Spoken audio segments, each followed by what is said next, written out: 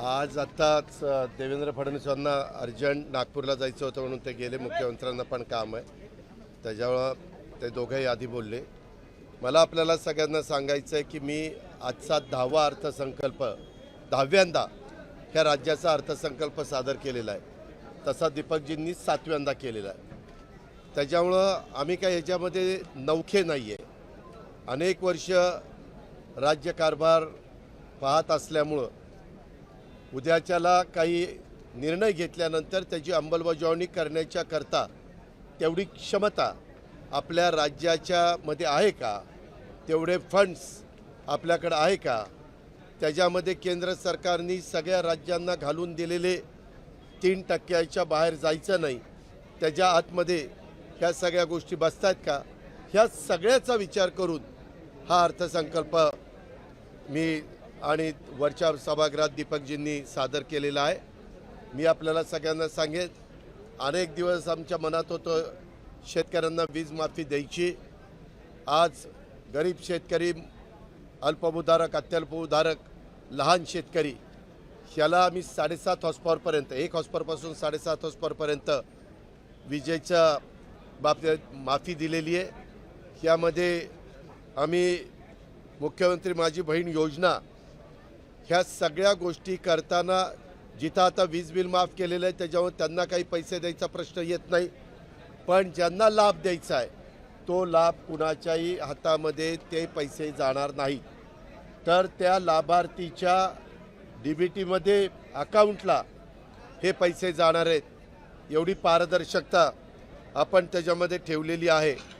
आणि एकंदरीतच लोकांच्यामध्ये वावरत असताना माझा दूध उत्पादक शेतकरी अडचणीत वाटला, त्याला आपण चांगल्या प्रकारची मदत पुन्हा 5 रुपये प्रति लिटर गाईच्या दुधाला, दुसऱ्या कुठल्या दुधाला नाही, गाईच्या दुधाला ही आपण दिलेली आहे.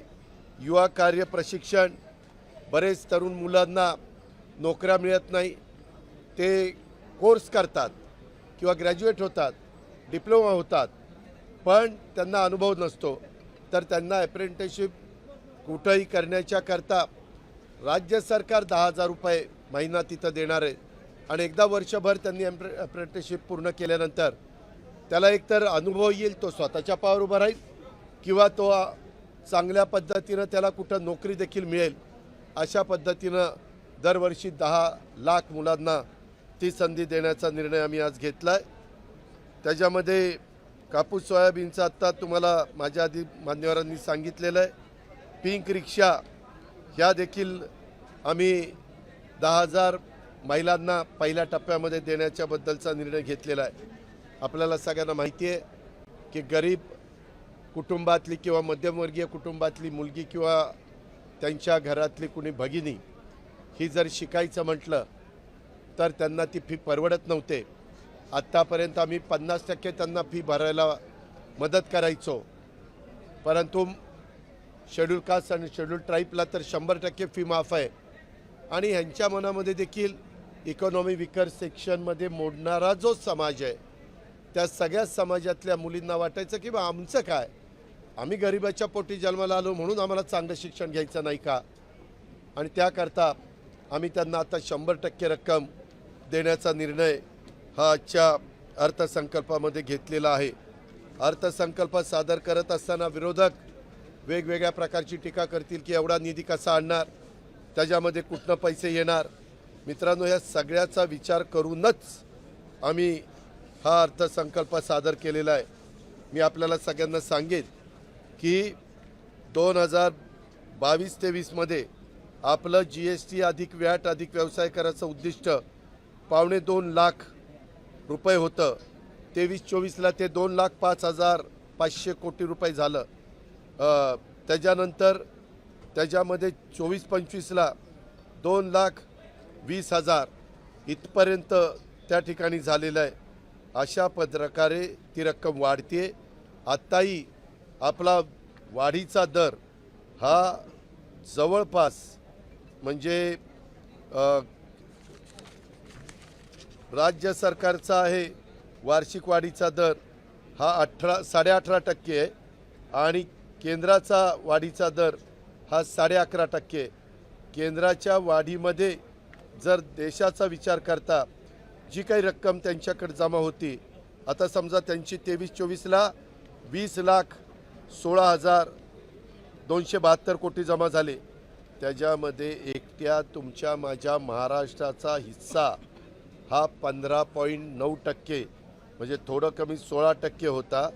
आपण 3,20,000 कोटी रुपये ह्याच्यामध्ये GSTमध्ये आपल्याकडे जमा झाले आणि दरवर्षी आपलं उद्दिष्ट हे जवळपास 50 ते 60,000 कोटीनं वाढतं आहे.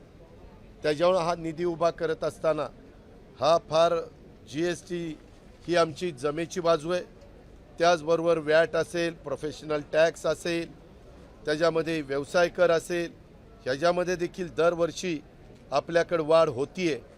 त्याचा विचार सगळ्याचा साकल्याने करूनच आणि केंद्र सरकारने जे 3% मर्यादा दिलेली आहे की तुम्ही 3%पर्यंतच कर्ज उचलू शकता सगळ्याच भारतातल्या राज्यांना, त्याच्यामध्ये आपण त्याच्या आतमध्येच आहोत या प्रकारे. आणि आज अर्थसंकल्पामध्ये काही रक्कम कमी वाटत असली तरी माझी 7 तारखेला का 9 तारखेला पुरवणी मागणी मी सादर करणार आहे. त्याच्यामध्ये आम्ही ती रक्कम दाखवणार आहे. त्याच्यानंतर पुन्हा डिसेंबरला आम्हाला संधी आहे. अशा पद्धतीच्या संध्या सातत्याने असतात. केंद्रामध्ये देखील आमच्या विचाराचं सरकार आहे. यंदा 15वा वित्त आयोग संपलेला, आता 16वा वित्त आयोग सुरू होतो आहे. 16व्या वित्त आयोगामध्ये देखील भरीव अशा प्रकारची मदत ही राज्य सरकारला मिळणार आहे. त्याच्यामुळे त्याच्यातनं पण आपल्याला निधी उपलब्ध होणार आहे. अशा प्रकारे ह्या सगळ्या ज्या काही घोषणा केल्या त्या घोषणाची अंमलबजावणी करण्याकरता कुठल्याही प्रकारे निधीची कमतरता भासणार नाही. उलट आम्ही ठाणे, बृहन्मुंबई आणि नवी मुंबई इथं पेट्रोलचा दर राज्यातल्या इतर भागाच्या पेक्षा जास्त होता, डिझेलचा दर जास्त होता, तर आम्ही तिथला पेट्रोलचा दर आता 65 पैसे कमी केला आहे आणि राज्याबरोबर त्यांना आणलं आहे. आणि डिझेलचा दर 2 रुपये 7 पैसे प्रति लिटर अशा प्रकारचा कमी केला आहे आणि तिथं इतरांच्या बरोबर त्यांना आणलं आहे. ते पण बऱ्याच दिवसाची त्यांची मागणी होती. असे अनेक चांगल्या बाबी ह्या अर्थसंकल्पाच्या निमित्तानं शेतकरी, महिला, वारकरी, युवा, त्याच्यामध्ये ह्या सगळ्या घटकाला, समाजातल्या गरीब घटकाला जास्तीत जास्त न्याय देण्याचा प्रयत्न हा महायुतीच्या सरकारने एकनाथराव शिंदेंच्या नेतृत्वाखाली अर्थसंकल्प सादर करत असताना घेतलेला आहे. आणि ह्याची सगळ्याची अंमलबजावणी व्यवस्थितपणे होईल अशा प्रकारची खबरदारी, अशा प्रकारचा निर्धार आम्ही सगळ्यांनी करूनच हा अर्थसंकल्प महाराष्ट्राच्या जनतेच्या समोर मांडलेला आहे.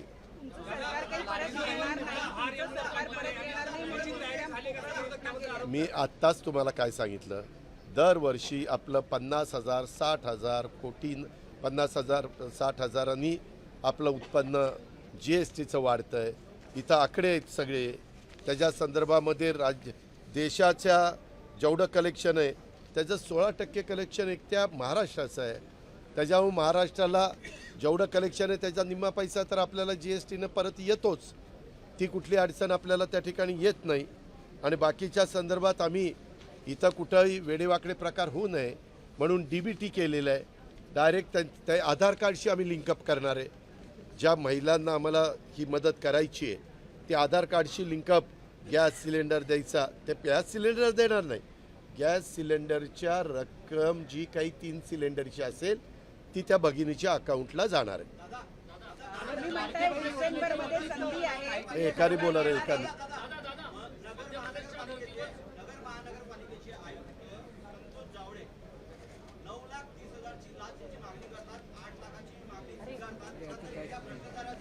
असल्या बाबतीमध्ये कडक कारवाई केली जाईल. त्याच्यामध्ये अँटी करप्शन ब्युरोला सांगितलेलं आहे, ते त्याचा तपास करतायत. त्याच्या संदर्भात विश्वास नांगरे पाटलांशी आमचं बोलणं झालेलं आहे. त्यांची टीम तिथं गेली, बाकीच्यांच्याकडनं पण माहिती घेत आहेत. असे कुणाच्याही प्रकारचे लाड पुरवले जाणार नाही. जे चुकीचं करेल, जे भ्रष्टाचार करतील त्यांच्यावर ॲक्शन घेतली जाईल. आम्हाला एकच मिनिट.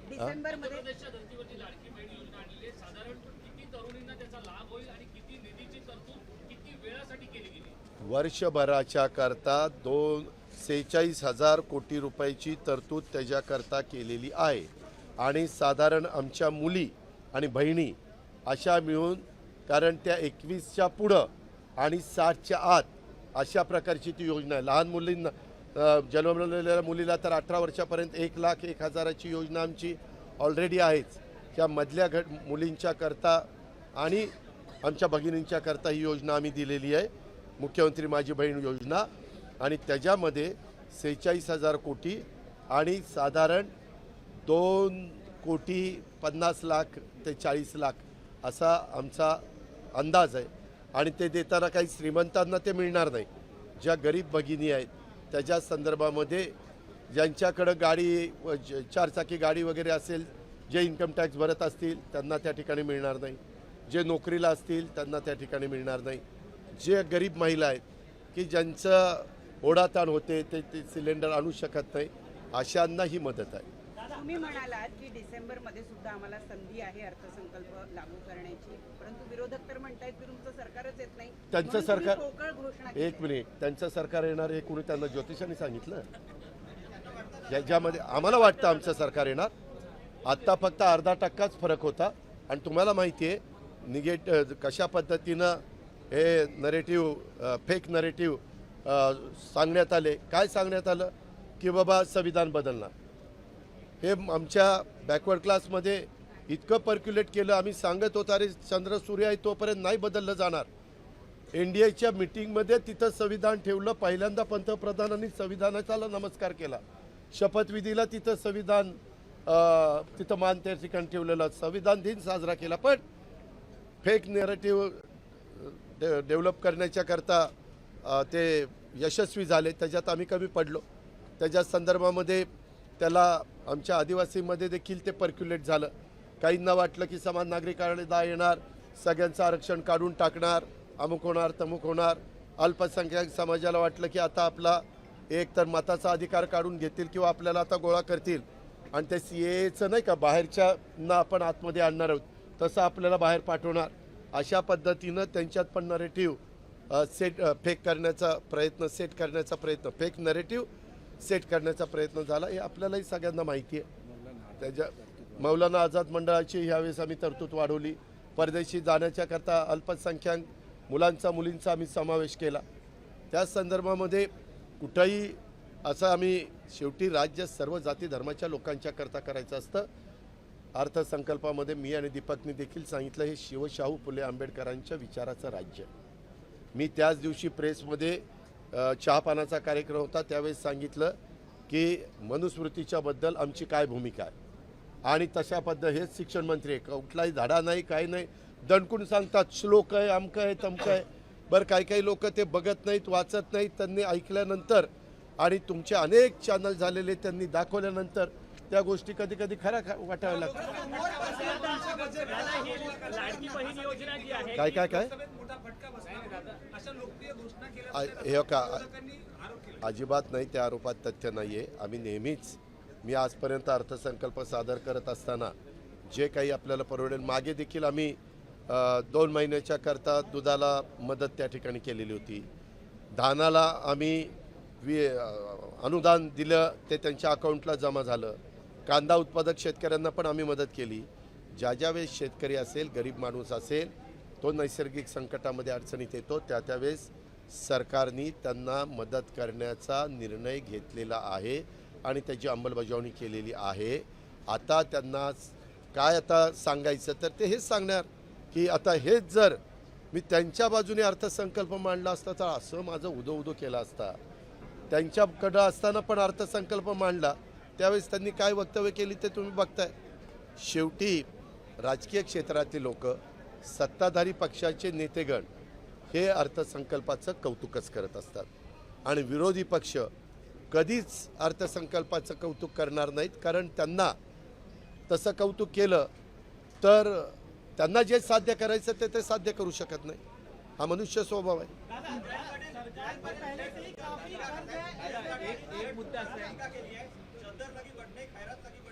अरे सांगितलं ना मुख्यमंत्र्यांनी, पुन्हा काही चद्दर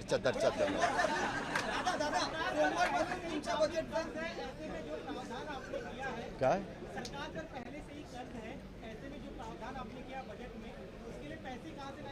मैंने आपको बताया मेरे पास जीएसटी का एनुअल कितना पैसा आता है, सेंट्रल को कितना जाता है, वो सब मेरे यहाँ मौजूद है। उसमें हर साल मिनिमम 50,000 से 60,000 करोड़ रुपया इसमें बढ़ जाते हैं। 2,20,000 करोड़ रुपया इसे बढ़ जाते हैं और उसमें कोई दिक्कत नहीं है। आप उसमें फिक्र करने की कोई ज़रूरत नहीं है। पैसा जरूर उसमें मिलेगा और उसमें जीएसटी में मिलेगा, वैट में मिलेगा, प्रोफेशनल टैक्स में मिलेगा और व्यवसाय कर में मिलेगा। और अपने यहाँ हम तो अपने केंद्र सरकार सेंट्रल गवर्नमेंट का वैट का जो उनके यहाँ 11.5% उनको ये मिलता है, ज़्यादा पैसा मिलता है। अपने यहाँ 18.5% ज़्यादा पैसा मिलता है परसेंटेज में अगर बताया तो। ऐसे है, इसीलिए सब सोचकर हमने ये डिसीजन लिया है। और बाकी की जो भी हमारे जो स्कीम है उसके बारे में भी हम चर्चा करेंगे। जो आउटडेटेड हुई है उसके बारे में भी आगे सोचेंगे, जिसका फ़ायदा सच में गरीब लोगों को होने वाला है। ऐसे ही स्कीम हम रखेंगे। और मला तुम्हाला एक सांगायचं आहे, 15वा वित्त आयोग संपलेला आहे, आता 16वा त्या ठिकाणी सुरू होतोय। 16व्या वित्त आयोगामध्ये देखील सेंट्रलचं बजेट झाल्यानंतर तुमच्या लक्षात येईल की सेंट्रल पण साधारण, मी आजच तुम्हाला सांगतोय, तुम्ही त्या दिवशी पण मी बजेट झाल्यावर तुमच्याशी बोलीन, परंतु सेंट्रलचं पण बजेट देशातल्या 140 कोटी जनतेला डोळ्यासमोर ठेवून दिलं जाणार आहे। त्याचा डायरेक्ट इनडायरेक्ट फायदा देखील आपल्या राज्य सरकारला, आपल्या महाराष्ट्राला होणार आहे। आणि 16व्या वित्त आयोगात देखील आम्ही त्याच्याबद्दल आपल्याला कसे अधिकचे पैसे मिळतील याबद्दलचा विचार आम्ही। आणि तुम्ही बघा ना, हे सारखे टीका करायचे की आपल्याकडचे प्रकल्प जात आहेत, आपल्याकडचे प्रकल्प जात आहेत। खरं तर जयंत पाटील साहेबांनी जो मुद्दा काढलेला होता त्याला अतिशय व्यवस्थितपणे देवेंद्र फडणवीस साहेबांनी उत्तर दिलं। त्या 6व्या क्रमांकाच्या संदर्भामध्ये वास्तविक आपला 6वा क्रमांक 2017-18 पासून आहे, तो आत्तापर्यंत चालूच आहे। त्याच्यामध्ये काय आत्ता 6वा क्रमांक झाला नाही। मागं जयंत पाटील मंत्रिमंडळात असताना देखील त्यांच्याही, त्यावेळेस मी पण होतो, त्याही सरकारच्या काळात 6वाच क्रमांक आपला होता। त्याच्यामुळं हे काही वेगळं काही घडलं आहे, आकृत काही घडलं आहे असं अजिबात समजण्याचं कारण नाही। ही पण बाब आपण सगळ्यांनी लक्षामध्ये घ्या। हा बोल बाबा।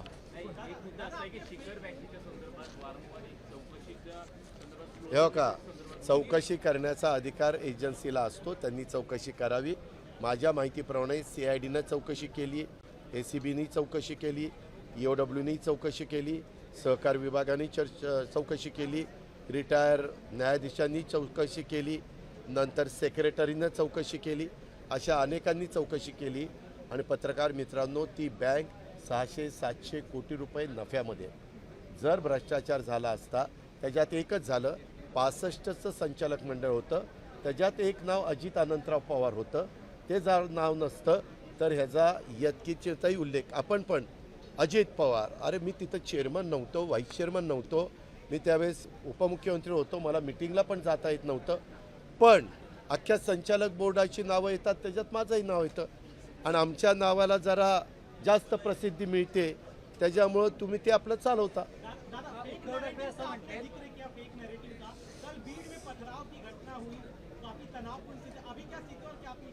अभी लॉ एंड ऑर्डर ठीक ठाक है, पुलिस बंदोबस्त वहाँ है, सब कंट्रोल में है और वहाँ ठीक तरह से ध्यान देने के लिए पुलिस डिपार्टमेंट को बताएं।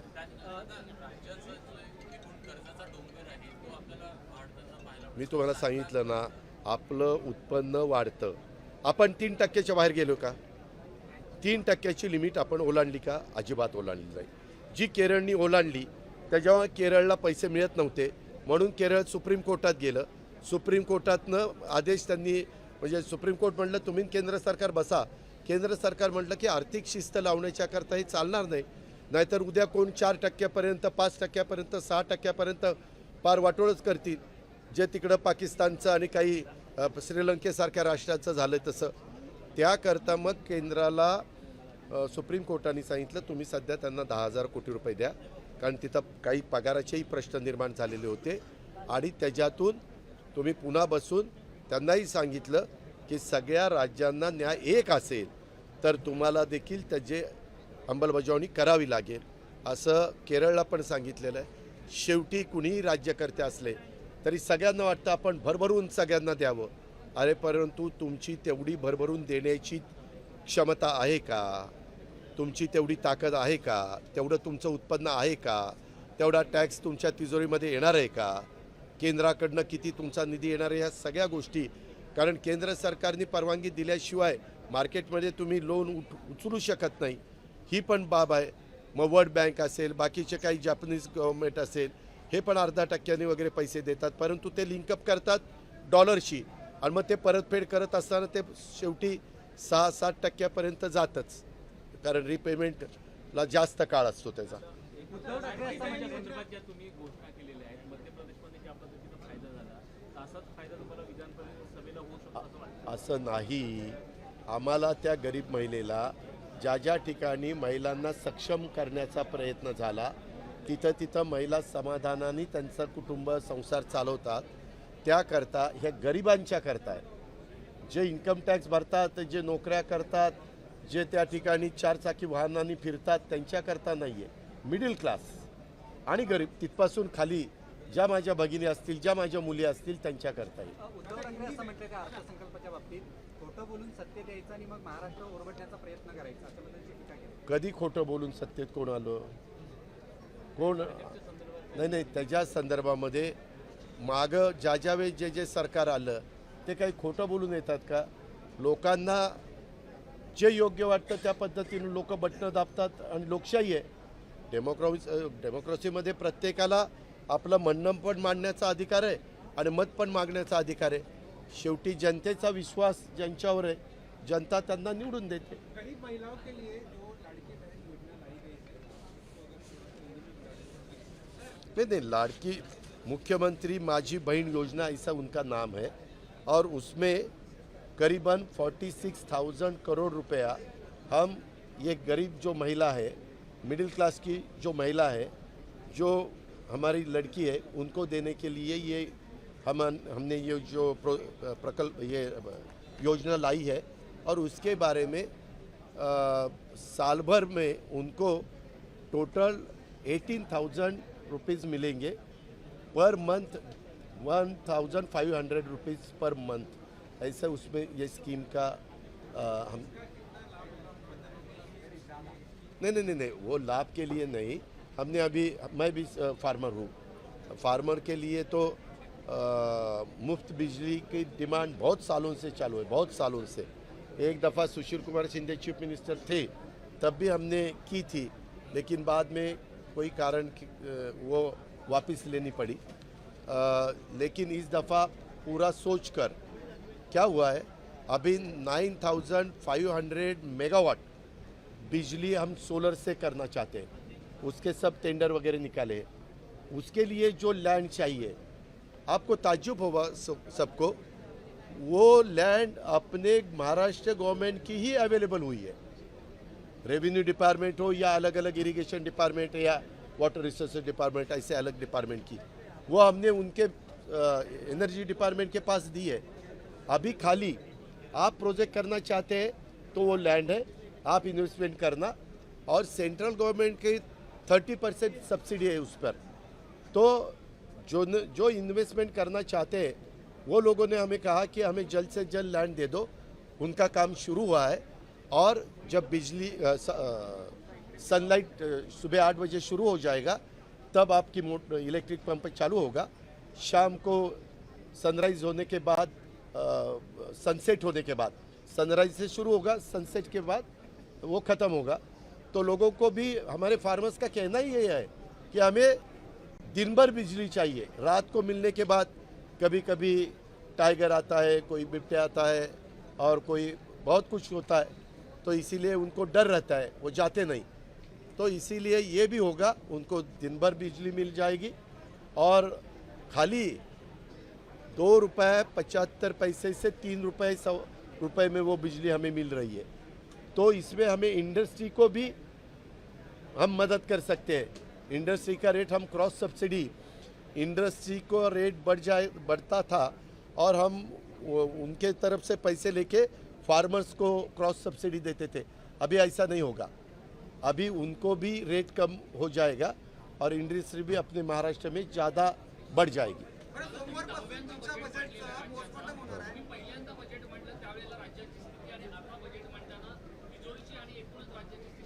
मी पहिल्यांदा बजेट मांडलं त्याही वेळेस आपलं उत्पन्नाच्या 3% लिमिट होतं, ते मी पाळलेलं होतं। आताही बजेट मांडलेलं आहे त्यावेळेस 3% आपल्या एकंदरीत ज्या काही उत्पन्न आहे त्याच्या 3%च्या आत आपण आपलं लिमिट ठेवलेलं आहे। जी काही बंधनं फायनान्स डिपार्टमेंटनी केंद्र सरकारने घातलेली आहे त्याचं तंतोतंत पालन हे दीपक केसरकर साहेब पण 5 वर्ष आमचे फायनान्स स्टेट मिनिस्टर होते, त्याच्यावर त्यांनाही माहिती आहे, मलाही माहिती आहे। देवेंद्रजी फायनान्स मिनिस्टर होते, एकनाथराव शिंदे पण सिनियर लीडर म्हणून त्यांनाही माहिती आहे। त्याच्यावर फार विचारांती पत्रकार मित्रांनो आणि तुमच्यामार्फत महाराष्ट्रातल्या जनतेला मी सांगेन की तुम्हाला माहिती आहे मी शब्दाचा पक्का आहे, जेवढं आपल्याला पेलवेल, जेवढं आपल्याला भार उचलेल एवढ्याच प्रकारचा निर्धार आम्ही केला आणि तो निर्धाराचा अर्थसंकल्प आम्ही आज राज्याच्या जनतेच्या समोर सादर केलेला आहे। पोस्टमॉर्टम होणार आम्ही करू असं नाना पटोले म्हणतायत, जो बजेट सादर केला गेलेला त्याचा पोस्टमॉर्टम आम्ही सोमवारपासून पोस्टमॉर्टम कधी त्यांनी केलं तर त्याच्यापेक्षा वरच्या सगळ्या गोष्टी आम्हाला माहिती आहेत, त्याच्यामुळं आम्ही त्यांना ते पोस्टमॉर्टम करताना उत्तर द्यायला पुरून उरू। तुम्ही काळजी करू नका, तुम्ही फक्त बघा ते काय मुद्दे काढतायत आणि आम्ही काय उत्तरं देतो।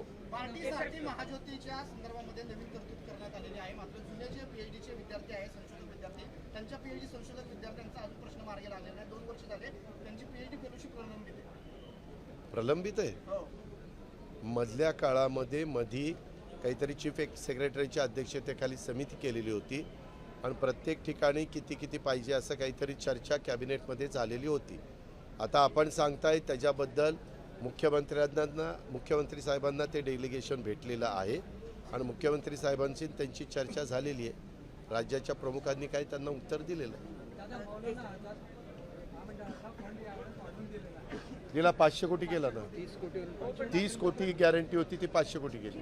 तुम्हा दोघांनाही प्रश्न उद्धव ठाकरे म्हणतायत यावर कुठलं? एक मिनिट, मी पहिल्यापासून सांगतोय शिवशाहू फुले आंबेडकरांचा विचारधारा घेऊन आम्ही पुढे चाललेलो आहे। त्याच्यामध्ये सर्व जाती धर्माचे लोक होते। हिंदवी स्वराज्याची स्थापना झाली तेव्हाही सगळ्या जाती धर्माचे लोक होते आणि आताही सर्व जाती धर्माचे लोक आपल्या महाराष्ट्रात राहतात, आपल्या देशामध्ये राहतात।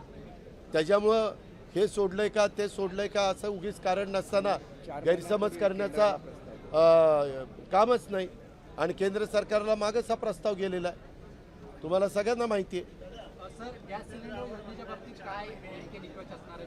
अरे मी सांगितलं ना, गरीब महिला, गरीब मुलगी, BPL नाही त्याच्याही पेक्षावर मिडल क्लास त्यांनाही आपण देतोय। त्याच्यामध्ये म्हणजे ज्याची ऐपत गॅस सिलेंडर घेण्याची नाही आहे 12 महिन्याचा अशा महिलांच्या करता साधारण 3 सिलेंडर देण्याची ही योजना आहे।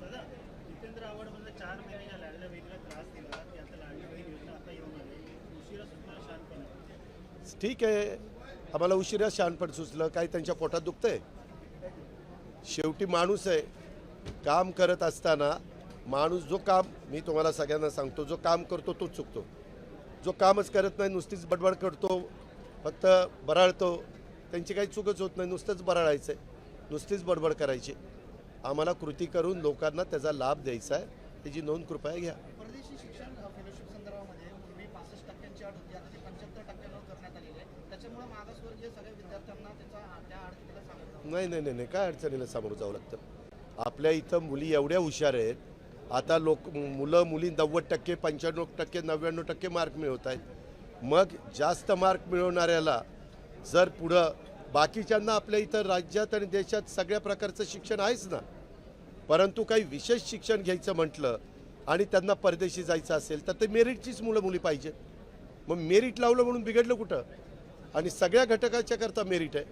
आणि मागासवर्गीयांमध्ये जेवढी मागासवर्गीय किंवा आदिवासी मुलं मुली आहेत त्यांच्यात मेरिट लावलं आहे. तिथं कुठं वशिलेबाजी नाही आहे.